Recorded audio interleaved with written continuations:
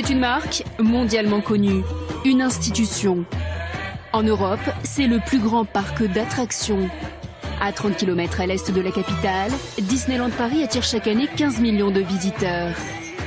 Ici, rien n'est laissé au hasard pour que la magie opère. Bye, thank you so much.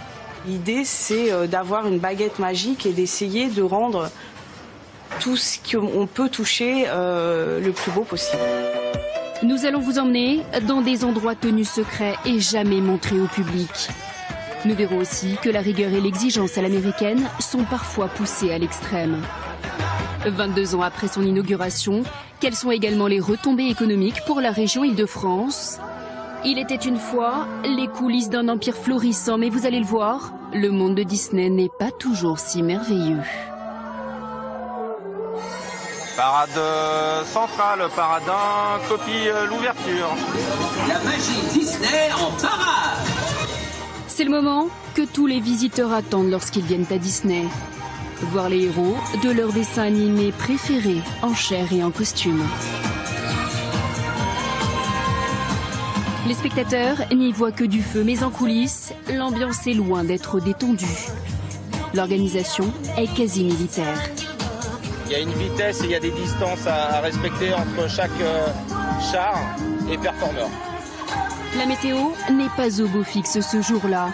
Mais pendant les 20 minutes de show, les princesses ne cessent de sourire. Après le spectacle, alors que les visiteurs profitent encore des attractions,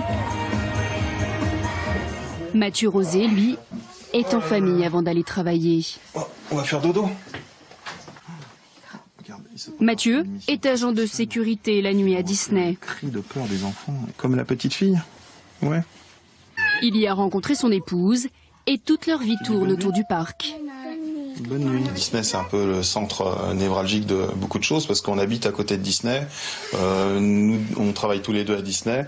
Tu t'es perdu ou quoi? T'es sorti du lit? 22 heures.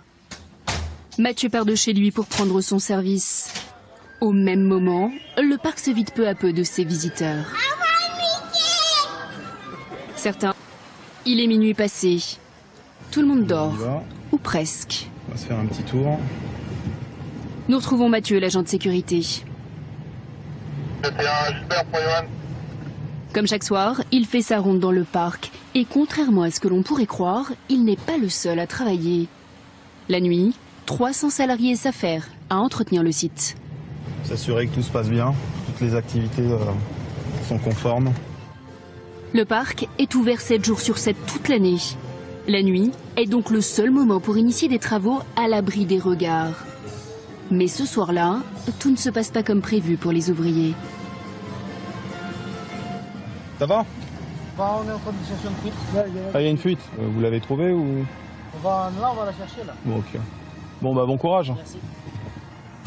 C'est des interventions ponctuelles mais importantes parce que bon, évidemment, si c'est une fuite qui est constatée, on ne peut pas se permettre d'ouvrir le parc avec une fuite, donc il faut la résoudre dans la nuit. Donc c'est pour ça qu'on est assez réactif sur ce genre, par exemple, d'intervention et d'activité. La nuit, les attractions du parc ne sont pas à l'arrêt. Attention sur un Orbitron, sous tension immédiate en mode maintenance. Orbitron, c'est le nom de ce manège. Il est sollicité chaque jour par des milliers de visiteurs. Alors tous les soirs sans exception, des techniciens passent au peigne fin les ceintures de sécurité et les navettes qui le composent. On ne peut pas faire de bricolage par rapport déjà à la sécurité de nos guests, nos clients en fait. On est obligé, si on s'aperçoit qu'il y a quelque chose de défectueux ou qu'on pense que c'est défectueux, on change. Jusqu'au petit matin, les techniciens passent en revue les 56 attractions du parc.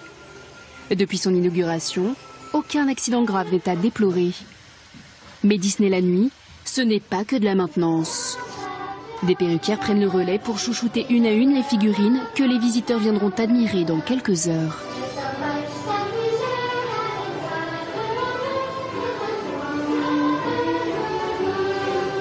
La poussière se met très vite au niveau des costumes, donc on est là pour veiller que tout se passe bien, qu'il n'y a pas de poussière. Une petite araignée aussi fait très vite sa toile, donc on est là pour veiller au niveau Voilà, que notre chapeau soit parfaitement rond. Il est 5 heures. Disneyland s'éveille. Le compte à rebours commence pour les jardiniers. Les visiteurs arrivent dans moins de 3 heures et il faut encore changer plusieurs centaines de géraniums. Alors un parterre comme celui-ci, c'est 18 000 fleurs à peu près. Et du jour au lendemain, on ne sait pas combien de fleurs on peut changer. Donc avec les intempéries et même avec les dégâts des visiteurs, on ne sait pas du jour au lendemain ce qu'on peut avoir. Pour être les premiers à admirer le château, ils se sont levés aux aurores. Chaque année, 15 millions de visiteurs foulent les allées de Disney. Un quart vient de la région parisienne, les autres du monde entier. Dans les ateliers, ils sont couturiers, peintres sur verre ou encore chaudronniers. On y trouve plus de 500 métiers différents avec un salaire de base qui ne dépasse pas les 1 500 € net par mois. Pour la CFDT, organisation syndicale majoritaire chez Disney, ce n'est pas assez.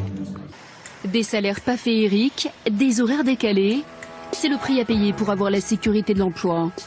À Disney, 85% des salariés ont un CDI. Depuis leur ouverture, les deux parcs ont accueilli plus de 215 millions de visiteurs. Et le géant américain ne compte pas s'arrêter là.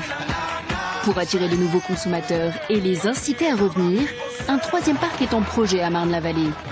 Il pourrait ouvrir en 2020 et générer ainsi 50 000 nouveaux emplois dans la région.